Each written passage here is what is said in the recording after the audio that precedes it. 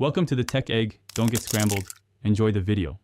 You start by connecting the right data and choosing a stack so you can iterate quickly. First, map required fields from your DB or APIs and verify access. This prevents dead ends. Next, pick your front-end and API style. React with REST or GraphQL is fine, and set authentication like OAuth2 or JWT to secure data.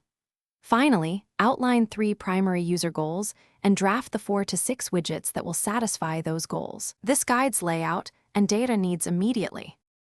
Once the foundations are ready, construct reusable components so you avoid duplication.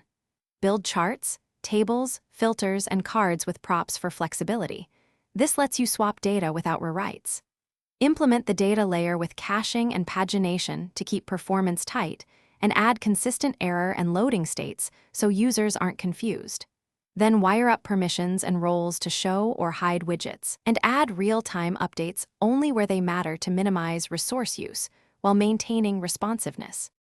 Finish by polishing UX and preparing to deploy. Make your layout responsive, ensure accessibility, and tighten microcopy so users know what to do. Set up CI/CD with feature flags and a staged rollout to catch issues early, and add monitoring for errors and usage metrics. Once deployed, if something fails, first verify API authentication and core settings, then compare return data schemas to expectations and inspect server and client logs. Fixing those often resolves missing or malformed widgets quickly. Thanks for watching. Consider subscribing if I helped unscramble your problems.